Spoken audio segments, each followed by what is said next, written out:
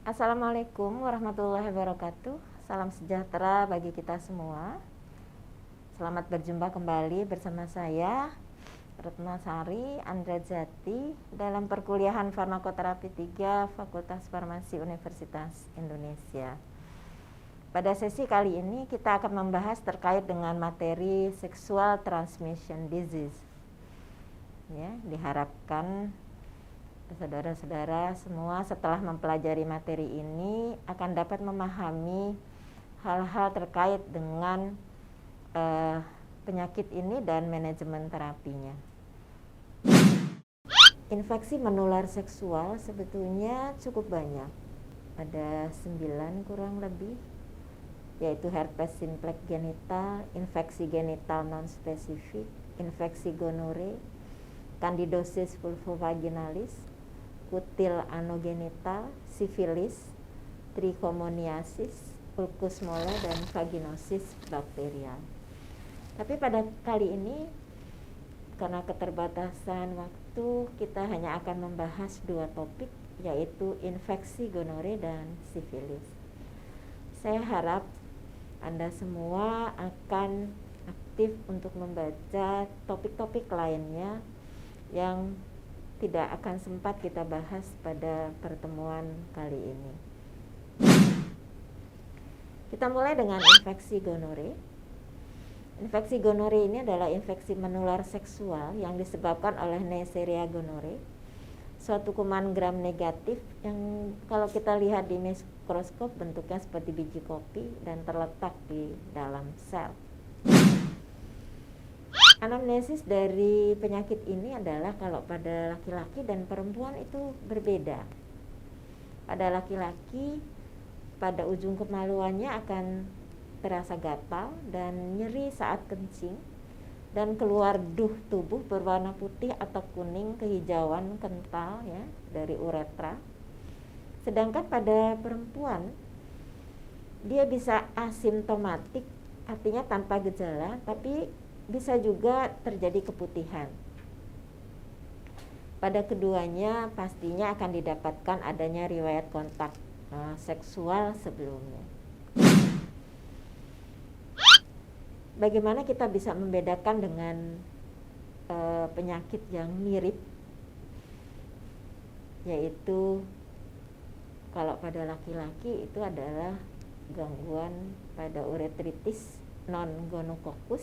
Jadi tadi kita bicara yang gonococcus, dan infeksi saluran kencing lainnya. Jadi ini diagnosis bandingnya. Kemudian pada perempuan, diagnosis bandingnya lebih banyak. Artinya penyakit yang mirip itu ada 4, yaitu infeksi genital non-spesifik, trichomoniasis, bacterial vaginosis, dan candidosis vulvovaginalis. Penata laksanaannya kita bisa lihat di sini adalah pemberian antibiotik. Obat pilihannya adalah cefixime 400 mg per oral dosis tunggal, dan pilihan yang lainnya adalah ceftriaxone 200 mg injeksi intramuskular dosis tunggal juga, dan pilihan lainnya adalah kanamisin 2 gram injeksi intramuskular juga, merupakan dosis tunggal juga. Ciprofloxacin dan ofloxacin tidak lagi menunjukkan sensitivitas untuk penyakit ini karena ditemukan angka resistensi yang tinggi di beberapa kota, sehingga tidak dianjurkan lagi. Bila sudah terjadi komplikasi seperti adanya Bartholinitis atau prostatitis, maka obat pilihannya adalah cefixime 400 mg per oral selama 5 hari. Dan obat alternatif lainnya adalah levofloxacin 500 mg per oral 5 hari, atau kanamisin injeksi 2 gram intramuskular selama 3 hari, atau ceftriaxone 250 mg injeksi intramuskular juga 3 hari. Yang perlu kita catat adalah infeksi gonokokus ini seringkali bersamaan dengan infeksi Chlamydia trachomatis. Maka dalam terapinya, pada terapi infeksi gonokokus sebaiknya diberikan juga pengobatan untuk infeksi Chlamydia. Topik berikutnya adalah sifilis. Sifilis ini merupakan penyakit infeksi menular seksual yang disebabkan oleh Treponema pallidum. Bersifat kronis, sistemik, dan dalam perjalanan penyakitnya dapat mengenai hampir seluruh struktur tubuh. Manifestasi kliniknya jelas, namun masa latennya yang asimptomatik, artinya tidak ada gejala, mampu menyerupai berbagai macam penyakit, tidak ada gejala, ataupun kalaupun ada itu mirip dengan penyakit-penyakit umum lainnya, dapat ditularkan kepada janin dalam kandungan dan untungnya dapat disembuhkan. Jadi kalau kita bisa bagi, maka sifilis dapat diklasifikasikan menjadi sifilis yang diperoleh, didapat, dan sifilis kongenital, bawaan. Sifilis didapat terdiri atas stadium primer, sekunder, dan tersier, serta periode laten di antara stadium sekunder dan tersier. Stadium 1 pada sifilis atau sifilis primer yang kita lihat adalah adanya ulkus tunggal, tepinya teratur, dasarnya bersih, terdapat indurasi, tidak nyeri, terdapat pembesaran kelenjar getah bening regional, dan lokasinya itu di tempat kontak dengan lesi infeksius pasangan seksual. Pada laki-laki sering didapatkan di penis, terutama di glans penis atau di sekitar sulcus coronarius dan skrotum. Pada perempuan didapatkan di vulva, cervix, forset, atau perineum. Dan dapat pula ulkusnya tidak tampak dan tidak disadari oleh pasien. Ini yang tentunya berbahaya. Stadium 2, sifilis sekunder, ini ICD-10-nya A513, ini terdapat lesi kulit yang polimorfik, tapi dia tidak gatal, dan lesi di mukosa juga ada, sering disertai pembesaran kelenjar getah bening generalisata yang tidak nyeri, limfadenopati.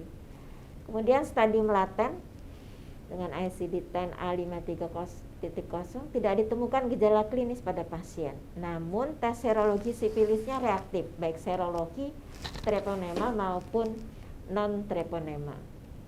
Stadium ketiga atau sifilis tersier ini didapatkan guma. Guma itu yaitu infiltrat sirkumskrip kronis yang cenderung mengalami perlunakan dan bersifat destruktif, dapat mengenai kulit, mukosa, dan tulang. Bagaimana penata laksanaannya? Obat pilihannya kita lihat adalah obat yang sudah lama sekali kita temui, yaitu benzil benzatin penisilin G, ya, dengan dosis pada kasus primer dan sekunder 2,4 juta unit, diberikan secara intramuskuler secara dosis tunggal. Kemudian pada stadium laten 2,4 juta unit juga intramuskuler setiap minggu pada hari ke-1, 8, dan ke-15. Sesudah diinjeksikan biasanya akan diminta menunggu selama 30. Apakah ada obat alternatif lainnya? Ya, kita tahu sering terjadi alergi terhadap penisilin, atau pasiennya tidak mau disuntik, atau bisa juga tidak tersedia tadi, ya. Maka bisa kita berikan doksisiklin 2 kali 100 mg oral selama 14 hari untuk stadium primer dan sekunder, atau 28 hari untuk sifilis laten. Doksisiklin 2 kali 100 mg oral selama 30 hari untuk stadium primer dan sekunder ini, atau lebih dari 30 hari untuk sifilis yang laten bisa juga. Kemudian tadi Eritromisin 4 kali 500 mg oral selama 14 hari untuk ibu hamil stadium primer dan sekunder untuk 30 hari.